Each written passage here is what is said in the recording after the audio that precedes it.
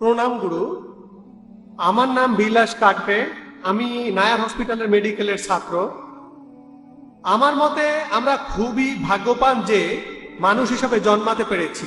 প্রাণী হিসাবে আমরা আলাদা, লক্ষ লক্ষ বছরের বিবর্তনের মাধ্যমেই এটা সম্ভব হয়েছে। তাই আপনার মতে আমাদের এই মূল্যবান জীবন কোন কাজে লাগানো উচিত? মানে আমাদের জীবনের সবচেয়ে গুরুত্বপূর্ণ কাজটা কি? আমাদের এই জীবনের আসল উদ্দেশ্যটাই কি হওয়া উচিত? ভাই বললেন আপনি নায়ার হসপিটালে মেডিকেল স্টুডেন্ট। আপনাকে বলি, আমিও নায়ার হসপিটাল থেকে পাশ করেছি। আমিও একই মেডিকেল কলেজ থেকে পাশ করেছি। নায়ার হসপিটাল পাশ করেছি 1991 সালে, আনুমানিক 16 বছর আগে। ভাই প্রশ্ন করলেন যে আমরা এই মানুষের জীবন পেয়েছি, এখন এই জীবনটাকে কিভাবে কাজে লাগাবো। আল্লাহ পবিত্র কোরআনে বলেছেন, সূরা জারিয়াতের 56 নম্বর আয়াতে উল্লেখ করা হয়েছে, ওমা খালাকুল জিন্না ওয়াল ইনসা ইল্লা লিয়াবুদুন। আমি সৃষ্টি করেছি জিন এবং মানুষকে শুধু আমার ইবাদতের জন্য। ইবাদত মানে তাকে মেনে চলা। তাই পৃথিবীতে আমাদের জন্য শ্রেষ্ঠ কর্তব্য আল্লাহ তাআলার নির্দেশগুলো মেনে চলা, যাতে শান্তিতে থাকতে পারি ইহকালে এবং পরকালে। মানুষ জাতির যিনি স্রষ্টা, তিনি প্রশ্নটা সঠিক উত্তর দিতে পারবেন। পবিত্র কোরআনে সূরা মুলকের 2 নম্বর আয়াতে উল্লেখ করা হয়েছে, আল্লাহ জি খালাকাল মাউতা ওয়াল হায়াতা। আল্লাহ তাআলাই সৃষ্টি করেছেন মৃত্যু এবং জীবন পরীক্ষা করার জন্য তোমাদের মধ্যে কর্মে কে উত্তম। পৃথিবীতে আমাদের এই জীবন, এটা পরকালের জন্য পরীক্ষা। আমরা সবাই পরীক্ষা দিচ্ছি। আর আপনি যদি আল্লাহ তাআলার আদেশগুলো মানেন আর তার কথা মতো যদি জীবনযাপন করেন আর শান্তি বজায় রাখেন, আল্লাহর কাছে নিজের ইচ্ছাকে সমর্পণ করে, তাহলে আপনি ইহকালেও সফল হবেন, পরকালেও সফল হবেন। আশা করি উত্তরটা পেয়েছেন। হ্যাঁ, কিন্তু আমরা আমরা যারা তরুণ, আমাদের কোন কাজটা করা উচিত? আচ্ছা, আপনারা কি করবেন? আপনারা এই কোরআন পড়বেন, পবিত্র কোরআন পড়েন, কোরআনের কথাগুলো নিজের জীবনে প্রয়োগ করেন। যদি আপনারা বেদ পড়েন, দেখবেন বেদাও বলছে এক ঈশ্বরের কথা, মূর্তি পূজা চলবে না। পবিত্র বেদ বলছে ভবিষ্যতে একজন ঋষি আসবেন, ভবিষ্যতে কল্কি অবতার আসবেন, সবাইকে ভালো জিনিস দেখাবেন। এই কল্কি অবতার হলেন মুহাম্মদ সাল্লাল্লাহু আলাইহি সাল্লাম। এই কোরআন আল্লাহ তাআলার সর্বশেষ ও চূড়ান্ত আসমানি কিতাব, নাজিল হয়েছে শেষ ও চূড়ান্ত নবী মুহাম্মদ সাল্লাল্লাহু আলাইহি সাল্লামের উপর। এই কোরআন পড়েন, মেনে চলেন, তাহলে শান্তিতে থাকতে পারবেন ইহকালে, আর পরকালেও শান্তিতে থাকবেন। আশা করি উত্তরটা পেয়েছেন। Thank you sir. হ্যাঁ বল। আমার নাম আরতি, আমি একজন অমুসলিম। আপনার কাছে আমার প্রশ্নটা হলো, তার আগে আমি আপনাকে এই জ্ঞানগর্ভ লেকচারের জন্য ধন্যবাদ জানাচ্ছি। আমি আজকে ইসলাম ধর্ম সম্পর্কে অনেক কিছু জেনেছি। আপনার লেকচারে শুনেছি, আমি যতখানি বুঝেছি যে ইসলাম এমন একটা ধর্ম যেটা বিশ্বাস করে শান্তি, সাম্যবাদ এবং বিজ্ঞানসম্মত যুক্তিবাদী চিন্তায়। এমনটা যদি হয়ে থাকে, তাহলে ইসলাম কিভাবে আল্লাহর ধারণায় বিশ্বাস করে, অথবা ইসলাম কিভাবে বেহেশত বা দোজখে বিশ্বাস করে, যদি সেটা যুক্তিবাদী হয়? বোন, আপনি প্রশ্ন করলেন, বললেন এটা জেনে আপনার ভালো লেগেছে যে ইসলাম একটি শান্তির ধর্ম আর ইসলাম একটা বিজ্ঞানসম্মত ধর্ম, যৌক্তিক ধর্ম। তারপর বললেন যদি ইসলাম যৌক্তিক ধর্ম হয়ে থাকে, তাহলে ধর্মটা কিভাবে বিশ্বাস করে ঈশ্বরে, কিভাবে বিশ্বাস করে বেহেশত আর দোজখে। বোন, ঈশ্বরের অস্তিত্ব প্রমাণ করতে পারবেন বিজ্ঞানের মাধ্যমে। যদি কোনো নাস্তিককে প্রমাণ দেখাতে চাই, যদি কোরআনের সত্যতা প্রমাণ করতে চাই, তাহলে বিজ্ঞানের সাহায্য নেব। বর্তমানে এটাই সবচেয়ে শ্রেষ্ঠ উপায়। আগেকার দিনে এটা ছিল অলৌকিক কাজ, তারপর আসলো সাহিত্য আর কবিতার যুগ। প্রত্যেক যুগেই কোরআন হলো অলৌকিকেরও অলৌকিক। কোরআন সবসময়ের জন্য অলৌকিক। এই কারণে বলছি, আমার কথা শুনলে বুঝবেন আমি প্রমাণ করেছি। আর যে মানুষটা বিজ্ঞানের কথা বিশ্বাস করে, যদি সে নিরপেক্ষ হয়, তাহলে মানতে বাধ্য হবে যে কোরআন হলো আল্লাহর বাণী। যদি সে বিজ্ঞানে বিশ্বাস না করে, যদি নিরপেক্ষ না হয়, যদি বুঝতে না চায়, তাহলে সম্ভাবনা বেশি যে সে পবিত্র কোরআন বিশ্বাস করবে না। সেজন্য আমি বলেছি যে আজকে বিজ্ঞান ঈশ্বরকে বাতিল করছে না, ঈশ্বরের কিছু ধারণাকে বাতিল করছে। আপনি যদি বিজ্ঞানের কথা বলেন, ঈশ্বরের কথা যদি বলেন, বেশিরভাগ বিজ্ঞানী ঈশ্বরের অস্তিত্বে বিশ্বাস করে। এখন আগেকার দিনে ফ্রান্সিস বেকনের কথা অনুযায়ী তিনি বলেছেন যে বিজ্ঞান সম্পর্কে অল্প জ্ঞান থাকলে আপনি হবেন নাস্তিক, তবে বিজ্ঞান সম্পর্কে অনেক জানলে আপনি ঈশ্বরে বিশ্বাস করবেন। এরপরে বেহেশত আর দোজখ নিয়ে আপনার প্রশ্নের উত্তর দেই। আপনি কোরআন পড়লে দেখবেন কোরআনের বিজ্ঞান সম্পর্কে যা কিছু বলা হয়েছে, আনুমানিক ভাবে বলতে পারেন যে বিজ্ঞান সম্পর্কে এইসব কথার 80% একেবারে 100% সঠিক হয়েছে। বিশ্বজগৎ কিভাবে সৃষ্টি হলো, পৃথিবীর আকার কেমন, চাঁদের আলোর কথা, তারপর সূর্য তার নিজের চারপাশে ঘুরে, পানিচক্র, ভূগোল, বোটানি ইত্যাদি। বিজ্ঞান সম্পর্কে কোরআনের এসব কথার 80% একেবারে 100% সঠিক প্রমাণিত হয়েছে। কোরআনের বাকি 20% সেটা এখনো প্রমাণিত হয়নি, সঠিকও না ভুলও না। আমার যুক্তি বলে যখন 80% একেবারে পুরোপুরি সঠিক আর বাকি 20% সঠিকও না ভুলও না, এই 20%-এর 0.1%ও ভুল বলে প্রমাণিত হয়নি, আমার যুক্তি বলে যে ইনশাআল্লাহ আল্লাহর ইচ্ছায় বাকি 20% সঠিক হবে। তাহলে বেহেশত আর দোজখ, ফেরেশতা, জিন, বিজ্ঞান এখনো অতটা উন্নত হয়নি। বিজ্ঞান হয়তো এতটুকু উন্নত হয়েছে যে কোরআনের 80% বৈজ্ঞানিক কথাগুলো যাচাই করে দেখতে পারবে। আগামীকাল হয়তো 50 বছর পরে, 100 বছর পরে, 200 বছর পরে বিজ্ঞান তখন বেহেশত নিয়ে কথা বলবে, দোজখ নিয়ে কথা বলবে, জিন নিয়ে কথা বলবে। আমার বিচার বুদ্ধি বলে এটা কোনো অযৌক্তিক বিশ্বাস না, বিশ্বাসটা যুক্তিসঙ্গত। যখন 80% পুরোপুরি সঠিক বলে প্রমাণিত, বাকি 20%-এর 0.1%ও ভুল বলে প্রমাণিত হয়নি। কোনো বিজ্ঞানী বলতে পারবে না, বিজ্ঞান দিয়ে প্রমাণ করতে পারবে না দোজখ বলে কিছু নেই, বিজ্ঞান দিয়ে এটাও প্রমাণ করতে পারবে না যে বেহেশত বলে কিছু নেই। শুধু বলতে পারবে আমি জানি না, এটা থাকতেও পারে নাও থাকতে পারে, প্রমাণিত হয়নি। আমার যুক্তি বলে এই 20% এখনো ভুল বা সত্য প্রমাণিত হয়নি, বাকি 80% পুরোপুরি সঠিক। একজন বিজ্ঞান মনস্ক মানুষ হিসেবে, একজন যুক্তিবাদী মানুষ হিসেবে আমি বলবো যে ইনশাআল্লাহ আল্লাহর ইচ্ছায় বাকি 20% সঠিক হবে। সেজন্য আমি বিশ্বাস করি দোজখে, বিশ্বাস করি বেহেশতে, এছাড়াও আমি ফেরেশতা আর জিন বিশ্বাস করি। আশা করি উত্তরটা পেয়েছেন। আমার কিছু ব্যাপার পরিষ্কার করা প্রয়োজন, কিছু ব্যাপারে জানা দরকার। এই প্রশ্নটার সাথে প্রাসঙ্গিক। হ্যাঁ স্যার, আপনি এখন বললেন যে বিজ্ঞান ও আল্লাহর ধারণায় বিশ্বাস করে, ইসলামও সেটাই বিশ্বাস করে। সেখানে এসব ব্যাপার নিয়ে কি ব্যাখ্যা দেয়া হয়েছে আল্লাহ আর বেহেশত দোজখ সম্পর্কে? বোন, আপনি আমার পুরো লেকচার শুনেছেন? হ্যাঁ। আপনি কি আমার গত লেকচারটা শুনেছিলেন, is the Quran God's word? না স্যার, আচ্ছা। আজকেই প্রথম এসেছি। এখানে আমি 15 মিনিটে সেই কথাগুলো বলেছি যেটা আসলে 2 ঘন্টার লেকচার। আপনাকে অনুরোধ করব আপনি আমার ভিডিও ক্যাসেটটা জোগাড় করেন, is the Quran God's word. সেখানে প্রমাণ করেছি যে কোরআন আল্লাহর বাণী, নাস্তিকের সামনে ঈশ্বরের অস্তিত্ব সেখানে প্রমাণ করেছি। সেই কথাগুলো এখানে সংক্ষেপে বলেছি আমি। সেখানে আমি প্রমাণ করেছি যে ঈশ্বরের অস্তিত্ব আছে। যদি স্রষ্টা বলে কেউ না থাকতো তাহলে কোরআন কে লিখেছে? 1400 বছর আগে এই কোরআন কে লিখেছে? এই কোরআন, এই প্রশ্নটা আমারও, যে এই কোরআন কে লিখেছেন? কে লিখেছে? আমাদের স্রষ্টা লিখেছেন, ঈশ্বর লিখেছেন। মানুষ এটা লিখতে পারবে না। সরি, এই কথাটা ব্যাখ্যা করে বলেন। এই ব্যাখ্যাটা আমি 2 ঘন্টা ধরে দিয়েছি। আপনি ভিডিও ক্যাসেটটা দেখেন। আর 95 সালে এই টপিকের উপরে বোম্বেতে লেকচার দিয়েছিলাম। আমি ভলেন্টিয়ারদের অনুরোধ করব, মহিলা ভলেন্টিয়ারদের, উনাকে ওই ক্যাসেটটাও দেবেন যেখানে বোম্বেতে 95 সালে আমি এই লেকচারটা দিয়েছিলাম। লেকচারগুলো দেখেন, ইনশাআল্লাহ এখানে বিস্তারিত পাবেন, এখানে ব্যাখ্যাগুলো পাবেন, ঈশ্বর আর ঈশ্বরের অস্তিত্বের প্রমাণ আর কোরআনের সত্যতার প্রমাণ। আশা করি উত্তরটা পেয়েছেন। এবারে প্রশ্ন মহিলাদের মধ্য থেকে। আসসালামু আলাইকুম জাকির ভাই, আমার নাম নীলম শেঠি। আমার জন্ম হিন্দু পরিবারে। আমি একদিন আজাদ ময়দানে হিন্দুইজম ও ইসলামের সাদৃশ্য নিয়ে আপনার লেকচারটা শুনেছিলাম। সেদিন থেকেই আমি ইসলাম পছন্দ করি। আজকে সবার সামনে আমি ইসলাম ধর্ম গ্রহণ করছি। লা ইলাহা ইল্লাল্লাহ মুহাম্মাদুর রাসূলুল্লাহ। আমিন। মাশাআল্লাহ বোন, আপনাকে অভিনন্দন। ইসলাম গ্রহণ করার জন্য আপনাকে অভিনন্দন বোন। তিনি বললেন যে কয়েক বছর আগে বোম্বের আজাদ ময়দানে তিনি প্রথম আমার লেকচার শুনেছিলেন। টপিক ছিল হিন্দুইজম এবং ইসলামের মধ্যে সাদৃশ্য। আর সেই দিন থেকেই তিনি ইসলাম পছন্দ করেন, আর আজকে তিনি সবার সামনে ইসলাম গ্রহণ করলেন। আপনাকে এই শান্তির ধর্মে স্বাগত জানাই। আল্লাহর কাছে দোয়া করছি তিনি যেন আপনাকে রহমত দান করেন, আর ইনশাআল্লাহ আপনি জান্নাতে যাবেন, ইহকাল এবং পরকালও শান্তি পাবেন। ধন্যবাদ। হ্যাঁ ভাই। আমার নাম কিশোর, আমি মণিপুর থেকে এসেছি, ইন্ডিয়া থেকে। আপনারা জানেন যে কাশ্মীরে আপনাদেরকে যেমন সবাই সন্ত্রাসী বলে ডাকে, তেমন মণিপুরে আমরা যারা স্থানীয়, আমরা ওখানে যে কাজগুলো করছি সেজন্য আমাদেরও সবাই সন্ত্রাসী বলে ডাকে। এই কারণে গত 15 দিন আমি এখানেই আছি। মণিপুরে খবর ছড়ানো হয়েছে যে আমি মারা গেছি।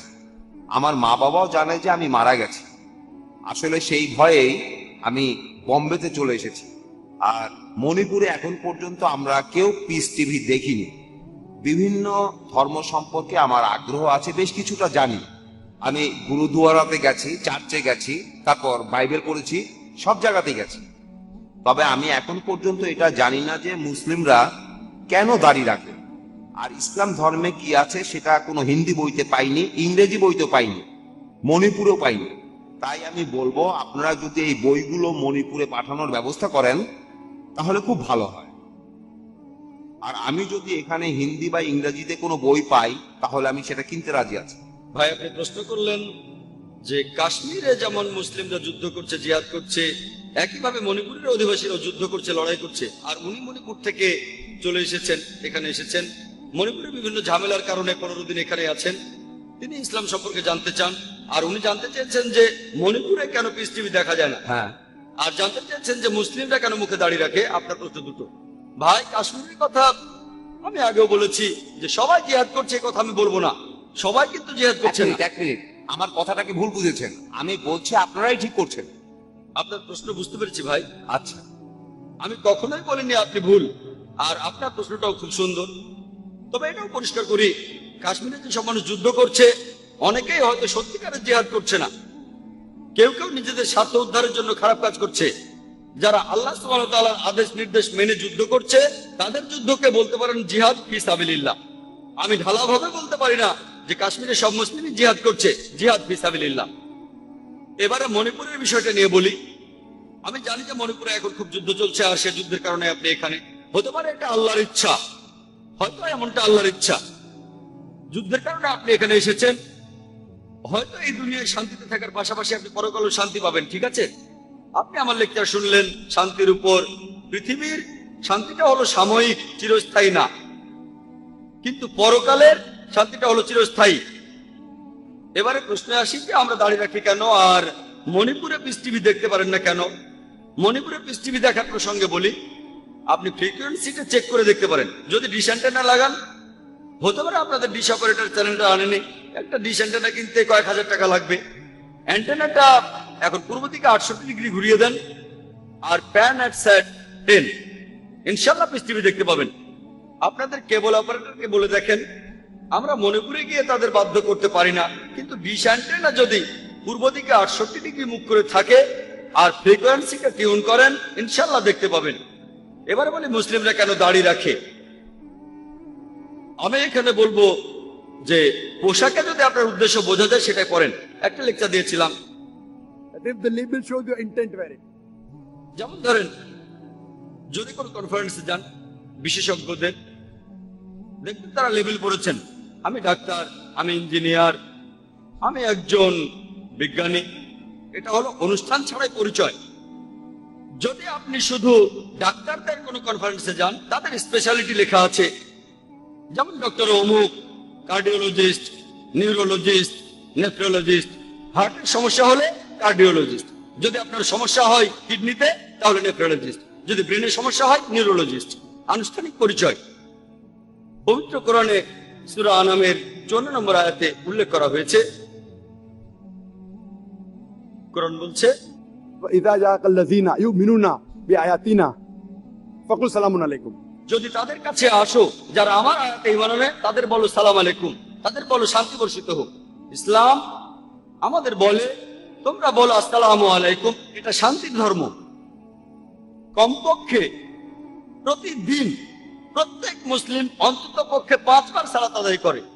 যখন সে দৈনিক 5 বার নামাজ পড়ে, যদি সে শুধুমাত্র ফরজ নামাজগুলো আদায় করে, যেটা আবশ্যকীয়, 5 বার গুণ 2, নামাজ আদায় শেষ হলে বলি আসসালামু আলাইকুম ওয়া রাহমাতুল্লাহ, আসসালামু আলাইকুম ওয়া রাহমাতুল্লাহ। আমার ডান দিকে যত লোক আছে তাদের সবার উপর আল্লাহর শান্তি বর্ষিত হোক, আমার বাম দিকে যত লোক আছে তাদের সবার উপর আল্লাহর শান্তি বর্ষিত হোক। প্রত্যেক নামাজে 2 বার বলি, কমপক্ষে 5 বার নামাজ পড়ি, কমপক্ষে 10 বার সালাম জানাচ্ছি ডান দিকের সব মানুষদের, এর পাশাপাশি বাম দিকের সব মানুষদের। যদি সুন্নতে মুআক্কাদাও পড়ি তাহলে আরো 10 বার। এভাবে অন্তত পক্ষে 20 বার আমি সালাম জানাচ্ছি আমার ডান দিকের মানুষদের আর বাম দিকের মানুষদের। যদি সাধারণ সুন্নত পড়ি তাহলে আরো বেশি হবে। যখনই আমি কোনো মুসলিমকে দেখি তাকে বলি আসসালামু আলাইকুম, আপনার উপর শান্তি বর্ষিত হোক।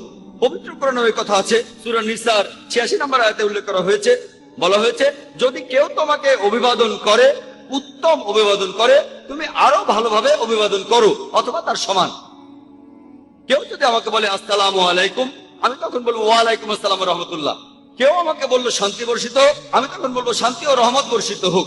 কেউ যদি বলে আসসালামু আলাইকুম রহমতুল্লাহ, আমি তখন বলবো ওয়ালাইকুম আসসালাম রহমতুল্লাহ বারাকাতুহু, আরো ভালোভাবে দেব। যদি কেউ বলে আসসালামু আলাইকুম রহমতুল্লাহ বারাকাতুহু, আমি অন্তত পক্ষে একই ভাবে বলবো ওয়ালাইকুম আসসালাম রহমতুল্লাহ বারাকাতুহু। কেউ আমাকে বললো আসসালামু আলাইকুম, আমি বললাম ওয়ালাইকুম আসসালাম।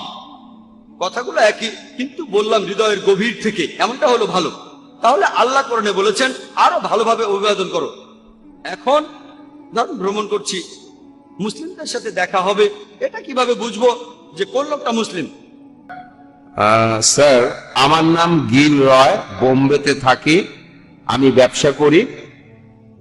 আমাকে সুযোগ দেওয়ার জন্য ধন্যবাদ। প্রশ্ন করার জন্য অনুষ্ঠানটা বেশ উপভোগ করেছে, এই প্রথম এসেছি।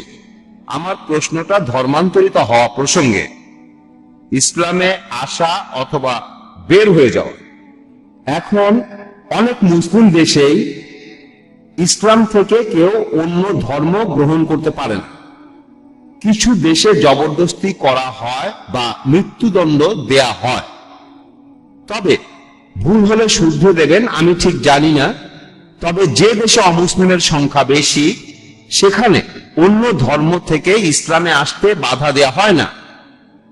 এখন ইসলাম ধর্মে সঠিক নিয়মটা কি? কারণ আপনার লেকচারেই বললেন ইসলাম ধর্মে কোনো জবরদস্তি নেই, আর পৃথিবীর লক্ষ লক্ষ মানুষ ইসলাম ধর্ম গ্রহণ করছে। তাহলে ধর্মান্তরিত হতে বাধা দেয়া হচ্ছে কেন? তারা কি ঠিক করছে?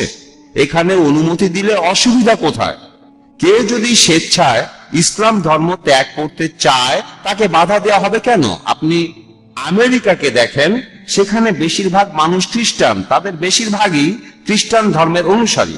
যদি তারা ধর্ম পরিবর্তনে বাধা দেয়, যদি ইসলাম ধর্ম গ্রহণে বাধা দেয়, সেরকম হলে আপনি কি বলবেন? ভাই, আপনি খুব সুন্দর প্রশ্ন করেছেন, খুবই ইম্পর্টেন্ট প্রশ্ন। প্রশ্নটা দুটো অংশ।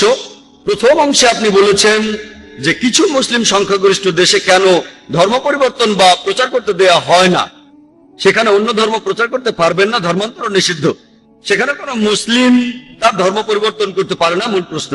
এটা প্রথম অংশ। দ্বিতীয় অংশে ধর্মান্তর হলে মৃত্যুদণ্ড কেন? আমেরিকাতে যদি এখন ধর্মপ্রচার নিষিদ্ধ হয়, ধর্মান্তর নিষিদ্ধ হয়, তখন আমি কি বলবো? খুব সুন্দর প্রশ্ন ভাই। আপনি যদি কোন ধর্ম প্রচারের কথা বলেন, এমন কিছু দেশ আছে যেমন ধরেন সৌদি আরব, সেখানে অন্য ধর্ম প্রচার নিষিদ্ধ। আমার জানা মতে একটা দেশে আছে যেখানে অন্য ধর্ম প্রচার নিষিদ্ধ, সেটা সৌদি আরব। এর কারণ হলো যে ধরুন ভাই, আপনি একটা স্কুল শুরু করেছেন, স্কুল চালু করতে গিয়ে আপনি ইন্টারভিউ নিচ্ছেন একজন অঙ্কের টিচারের। যখন আপনি অঙ্কের টিচারদের ইন্টারভিউ নিচ্ছেন, আপনি প্রশ্ন করলেন 2 + 2 = কত? একজন অঙ্কের টিচার বলল 2 + 2 = 3। পরের জন এসে বলল 2 + 2 = 4। আর পরের জন এসে বলল 2 + 2 = 5। অনেক মানুষই বলে এখানে সমস্যাটা কোথায়? আপনি আপনার ধর্ম প্রচার করেন, যারা গ্রহণ করতে চায় তারা গ্রহণ করবে। আমি আপনাকে বলি যে আপনার স্কুলে অঙ্কের টিচার কেমন রাখবেন? যে বলে 2 + 2 = 3, নাকি তাকে রাখবেন যে বলে 2 + 2 = 5? আমি বলবো না, আমি অঙ্ক জানি, আমি এ ব্যাপারে একেবারে নিশ্চিত, অঙ্কে 2 + 2 = 4, আর কিছুই না। তাহলে ধর্মের কথা অনুযায়ী সৌদি আরব তারা একেবারে নিশ্চিত আর মেনে নিয়েছে কোরআনের এই আয়াতটা। সূরা ইমরানের 19 নম্বর আয়াতে উল্লেখ করা হয়েছে, ইন্নাদ দীনা ইনদাল্লাহিল ইসলাম, আল্লাহ তাআলার কাছে একমাত্র গ্রহণযোগ্য দিন হলো আল্লাহর কাছে নিজেকে সমর্পণ করে শান্তি অর্জন করা। তারা সৌদি আরবে ভুল কোনো কিছুই প্রচার করতে দেবে না। তবে বিজ্ঞান প্রযুক্তির ক্ষেত্রে তারা আমেরিকানদের স্বাগত জানিয়েছে, আপনারা চলে আসেন, স্বাগত জানিয়েছে ইংল্যান্ডের মানুষদের, স্বাগত জানিয়েছে ইন্ডিয়ার মানুষদের, সমস্যা নেই। বিজ্ঞান ও প্রযুক্তিতে তারা উপরে আছে, তাই বিজ্ঞান ও প্রযুক্তির ক্ষেত্রে তারা বিশেষজ্ঞ আনছে আমেরিকা থেকে, ইংল্যান্ড থেকে, সিঙ্গাপুর থেকে, ফিলিপাইন থেকে, ইন্ডিয়া থেকে, বিভিন্ন দেশ থেকে। কিন্তু যদি ধর্মের কথা বলা হয়, তারা একেবারে নিশ্চিত, তারা পুরোপুরি শিওর যেটাই সত্যি। একইভাবে আপনিও নিশ্চিত যে 2 + 2 = 4, আপনি অঙ্কে ভুল শেখাতে দেবেন না। একইভাবে সৌদি আরবে এমন, আমি বিভিন্ন ধর্মের উপর একজন ছাত্র, পবিত্র কোরআন বাদে এই পৃথিবীতে আর একটা ধর্মগ্রন্থ পাবেন না যেটা বলছে যে এটাই হলো সত্যিকারের ধর্ম। আপনি হিন্দু ধর্মগ্রন্থগুলো পড়ে দেখেন, আপনি খ্রিস্টানদের পবিত্র বাইবেল পড়ে দেখেন, বাইবেলের কোথাও বলা হয়নি যে খ্রিস্টান ধর্ম সঠিক। খ্রিস্টানদের বাইবেলে খ্রিস্টান শব্দটাই কোথাও নেই, এটা কি জানেন? পবিত্র বাইবেলে খ্রিস্টান বলে কোনো শব্দ পাবেন না। এরপর হিন্দু শব্দটা আপনি বেদে পাবেন না, এটা কি জানেন? বেদের কোথাও এই কথা বলা হয়নি যে এটাই হলো একমাত্র সঠিক ধর্ম। বাইবেলের কোথাও এই কথা বলা হয়নি যে এটাই হলো একমাত্র সঠিক ধর্ম। কোরআন হলো এই পৃথিবীর বুকে একমাত্র ধর্মগ্রন্থ যেখানে মহান স্রষ্টা আল্লাহ তাআলা বলেছেন ইন্নাদ-দীনা ইনদাল্লাহিল ইসলাম, আল্লাহ তাআলার কাছে একমাত্র গ্রহণযোগ্য দিন হলো ইসলাম। তাহলে যদি ধর্ম প্রচারের কথা বলি, অন্য কোন ধর্ম প্রচারের কথা বলি, এটুকু বলতে পারি যে এ ব্যাপারে তারা নিশ্চিত, তারা সেখানে অন্য কাউকে অন্য কোন ধর্ম প্রচার করতে দেবে না। এই ইন্ডিয়া একটা ধর্মনিরপেক্ষ দেশ, এটা কোনো হিন্দু রাষ্ট্র না। এদেশের সংবিধান সেটাই বলছে, এখানে গণতান্ত্রিক শাসন ব্যবস্থা চালু আছে। আমি একজন ইন্ডিয়ান, ভৌগোলিক ভাবে আমি হিন্দু, কারণ আমি ইন্ডিয়ান, তবে ইসলাম ধর্ম পালন করি, ইসলাম ধর্ম আমি মানি। এটা আমার জন্মগত অধিকার যে আমার ধর্ম প্রচার প্রসার এবং পালন করতে পারবো। ইন্ডিয়ার সংবিধান সেটাই বলছে। আগে তাহলে সংবিধানটা বদলাতে হবে। আমরা সবাই জানি যে আমেরিকা একটা গণতান্ত্রিক দেশ, তাদের সংবিধানে এটা আছে যে বাক স্বাধীনতা থাকবে। আপনি আমার কাছে জানতে চেয়েছেন, তখন যেমন বললেন যে আমেরিকা যদি অন্য ধর্মের প্রচার নিষিদ্ধ করে, যদি বাধা দেয়, তাহলে আমার কেমন লাগবে? এটা তো তাদের খ্রিস্টান ধর্মগ্রন্থে নাই। আমি বলবো তারা খ্রিস্টান ধর্ম মানছে না, তারা তো বাইবেল মেনে চলছে না। আপনি বলবেন এটা একটা হিন্দু রাষ্ট্র, আসলে কিন্তু তা নয়, এটা ধর্মনিরপেক্ষ দেশ। হিন্দু রাষ্ট্র কোথাও বলা হয়নি। আপনি তো খ্রিস্টান, আপনি আমাকে বাইবেল থেকে মাত্র একটা কথা দেখান যেটা বলছে যে খ্রিস্টান ধর্মই একমাত্র সঠিক ধর্ম। হ্যাঁ বলেন। স্যার, তখন বাইবেলের এরকম ব্যাখ্যা করা হয়েছিল ওল্ড আর নিউ টেস্টামেন্টের। তখনকার দিনের খ্রিস্টান বিশেষজ্ঞরা বাইবেলের ব্যাখ্যা করেছিল যে বাইবেল বলছে কেউ যদি খ্রিস্টান ধর্ম ত্যাগ করতে চায় তাকে তখন মৃত্যুদণ্ড দেয়া হবে।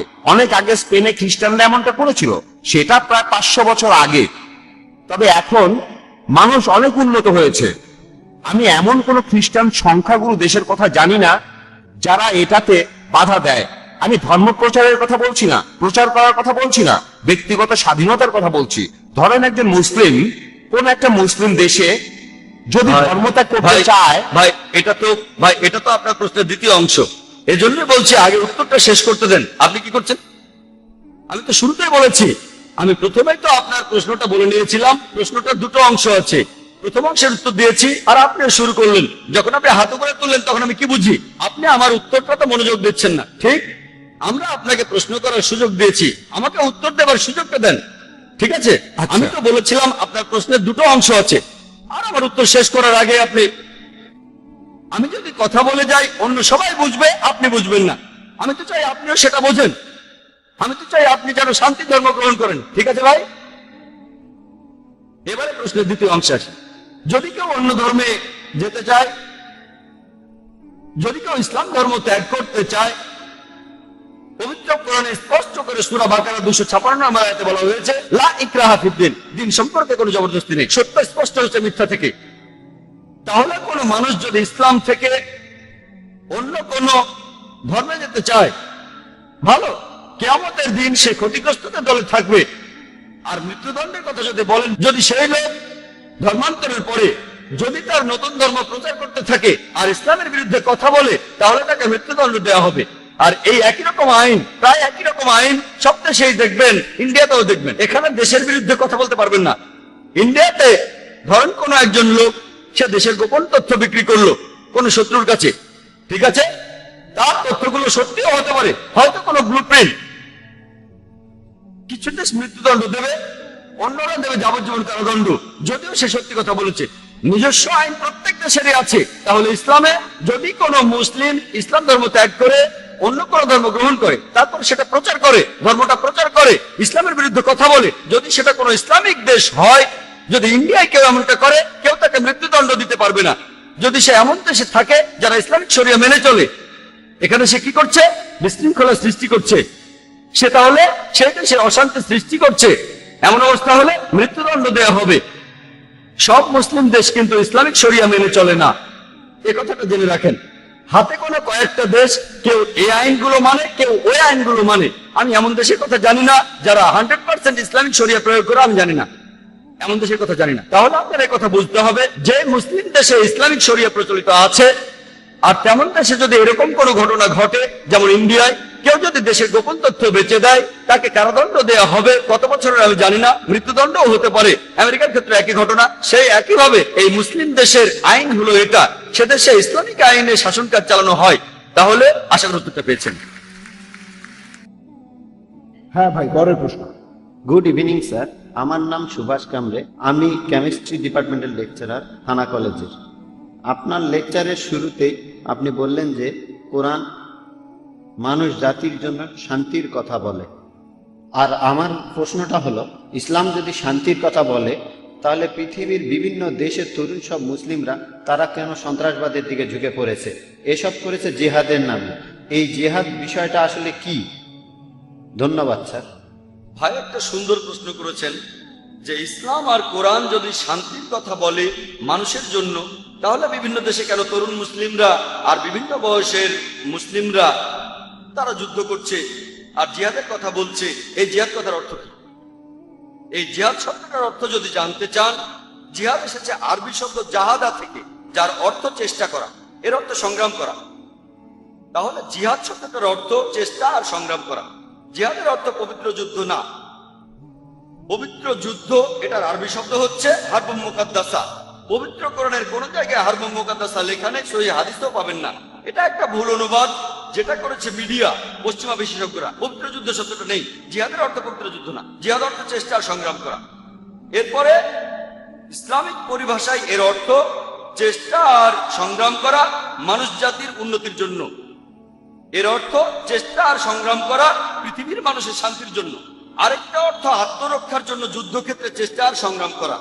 আরেকটা অর্থ অত্যাচারের বিরুদ্ধে চেষ্টা আর সংগ্রাম করা। জিহাদের অর্থ চেষ্টা আর সংগ্রাম করা। এবার আপনার প্রশ্নটাতে আসি যে তাহলে এইসব তরুণ মুসলিমরা পৃথিবীর বিভিন্ন দেশে তারা যুদ্ধ করছে। 1 নম্বর পয়েন্ট, এমন সম্ভাবনা আছে, আর কথাটা সত্যি, যে কিছু মুসলিম আছে যারা আসলে বিপদগামী, তারা বিপদে চলে গেছে। তারা বলে যে ইসলামের যুদ্ধের অনুমতি আছে, প্রসঙ্গ ছাড়াই উদ্ধৃতি দেয়, তবে এদের সংখ্যা খুবই কম। আমার মতে প্রধান কারণটা হলো মিডিয়া আমাদের এভাবে দেখাচ্ছে। যেমন ইন্ডিয়ায় খবরের কাগজগুলোতে আমরা প্রায় দেখি যে কাশ্মীরের মুসলিম সন্ত্রাসীরা অনেক মানুষ মেরেছে, হেডলাইন প্রত্যেক দিনই দেখবেন। আমি কাশ্মীরে প্রথম গিয়েছিলাম 2003 সালে। তখন ভাবছিলাম আমি যাব কি যাব না। ওখানে অনেক গোলযোগ। প্রথমবারের মতো কাশ্মীরে 14 বছর পরে কাশ্মীরের সরকার কোন পাবলিক লেকচারের অনুমতি দিল। সেই লেকচারে অনেক মানুষ ছিল, প্রায় 1 লক্ষ মানুষ। সেখানে পোলো গ্রাউন্ডে, সেটা ছিল শ্রীনগরে। আর যখন সেখানে গেলাম দেখলাম চারপাশে বন্দুক নিয়ে দেহরক্ষী। ভাবলাম এটা আবার কি, তবে সেখানে কোনো সমস্যা হয়নি। পরের বছরে আসামে গেলাম, যখন এয়ারপোর্টে নামলাম বন্দুক হাতে 4 দেহরক্ষী আসলো। বললাম এটা আবার কি, অবস্থা ভালো না, এই আসামে কেন, কি হয়েছে? সেখানে দেহরক্ষী না থাকলে আজ আমি এখানে থাকতাম না। কিন্তু খবরের কাগজে আমরা কি দেখি যে আসামে হত্যা আর অরাজকতা চলছে? কাশ্মীরের চাইতে আসামে অনেক বেশি মানুষ মারা গেছে। এলটিটি এর ব্যাপারে কে বলে? এলটিটি চেনেন? তামিল, তাদের বলা হয় তামিল টাইগার্স, হিন্দু সন্ত্রাসী বলা হয় না কেন? যখন কাশ্মীরি মুসলিমরা করে তখন তারা বলে মুসলিম সন্ত্রাসী, যখন আসামের হিন্দুরা করে তাহলে সেটা স্থানীয় সমস্যা, যদি এলটিটি করে স্থানীয় সমস্যা। ইন্ডিয়ার অবস্থা সম্পর্কে জানেন এমন কাউকে জিজ্ঞেস করেন, সে আপনাকে বলবে বেশিরভাগ হত্যা সেটা করেছে মাওয়িস্টরা। এদের কথা কাগজে কতবার দেখি আমরা, এদের খবরটা হয়তো আসবে ছোট করে যে এতজন লোক আসামে মারা গেছে, ছোট করে।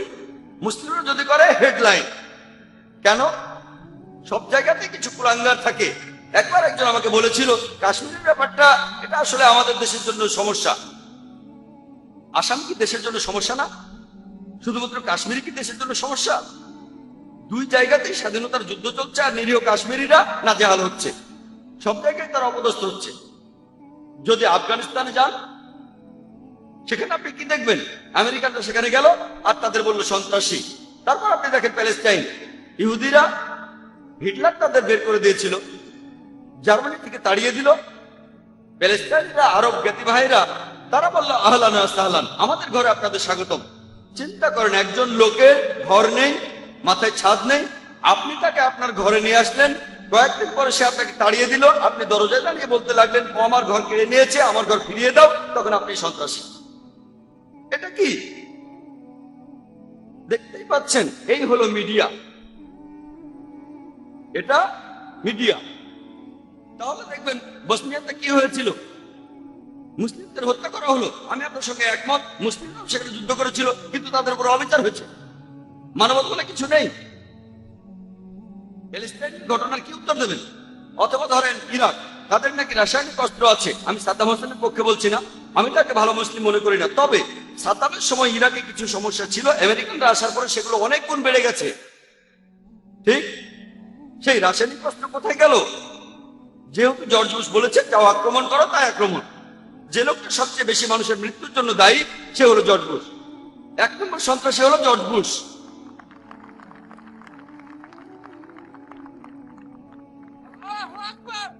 তাহলে আসল ব্যাপারটা হচ্ছে এটা মিডিয়ার খেলা। মুসলিমদের অপদস্থ করা হচ্ছে, অত্যাচার করা হচ্ছে, তাদেরকে বলছেন সন্ত্রাসী। আমি সেজন্য বলছি মুসলিমদের মধ্যেও কিছু কুলাঙ্গার আছে, তবে কুলাঙ্গারের সংখ্যা অনেক কম, এরা সংখ্যায় কম। পুরোটাই মিডিয়ার কারসাজি।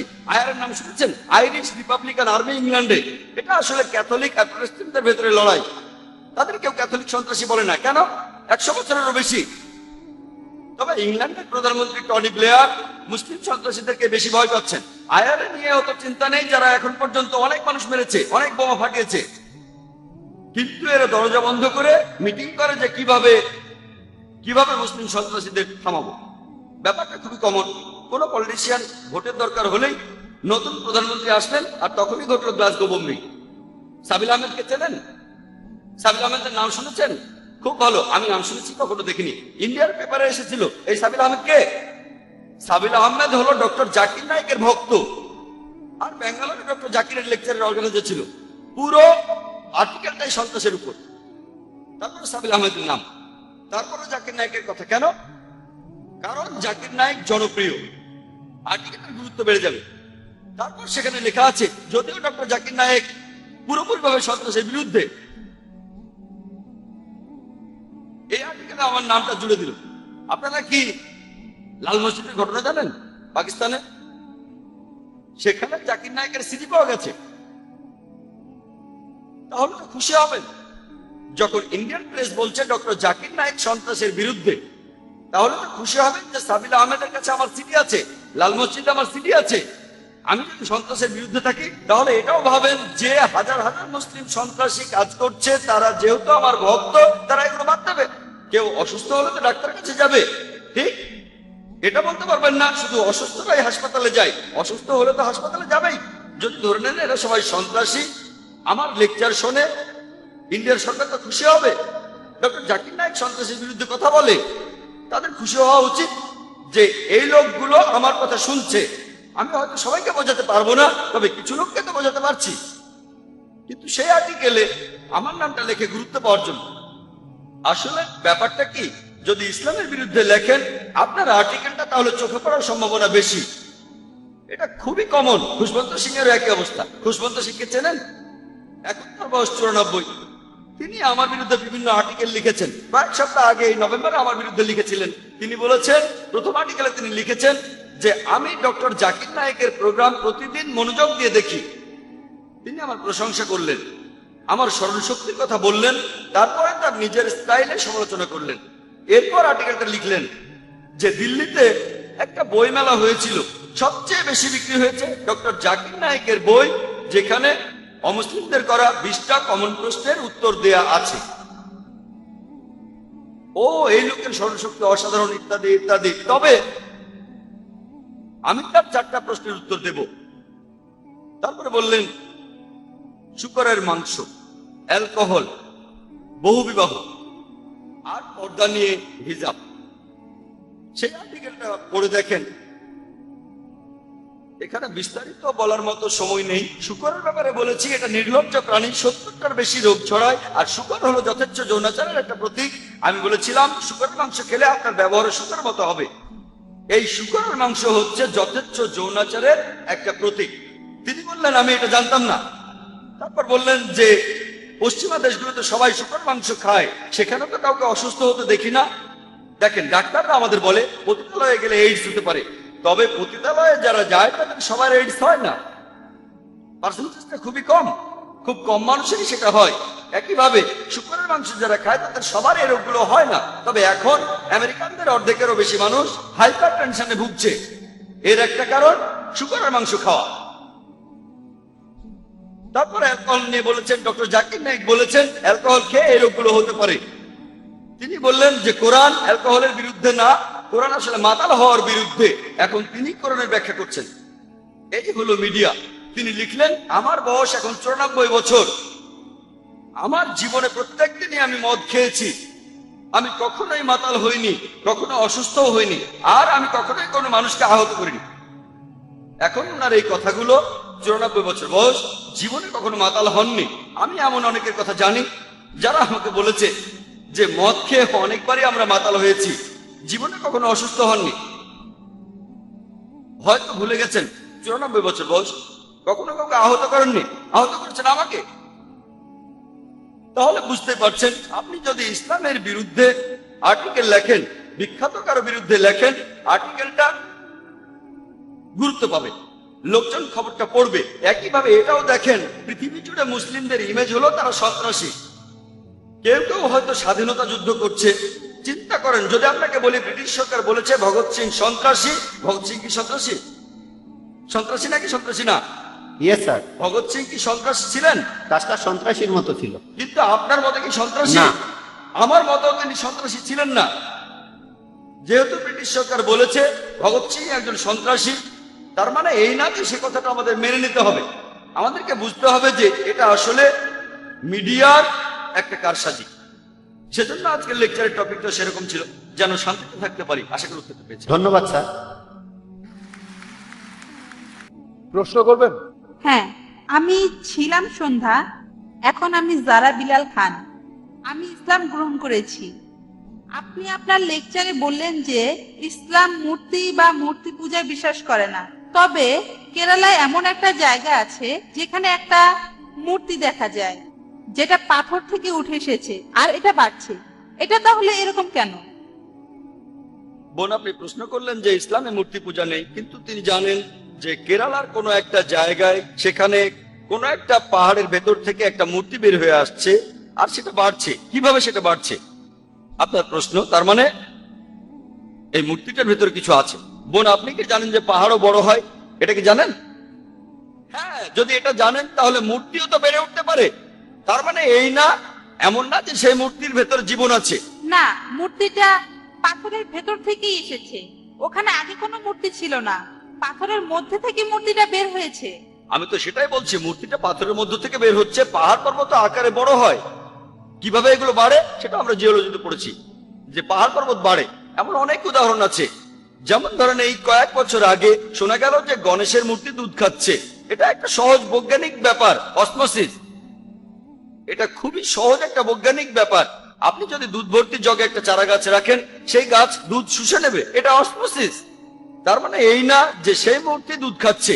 তখন অনেক টিভি চ্যানেলে এটা দেখানো হয়েছিল। এখানে আপনাকে বুঝতে হবে যে এগুলো হলো সব জড় বস্তু।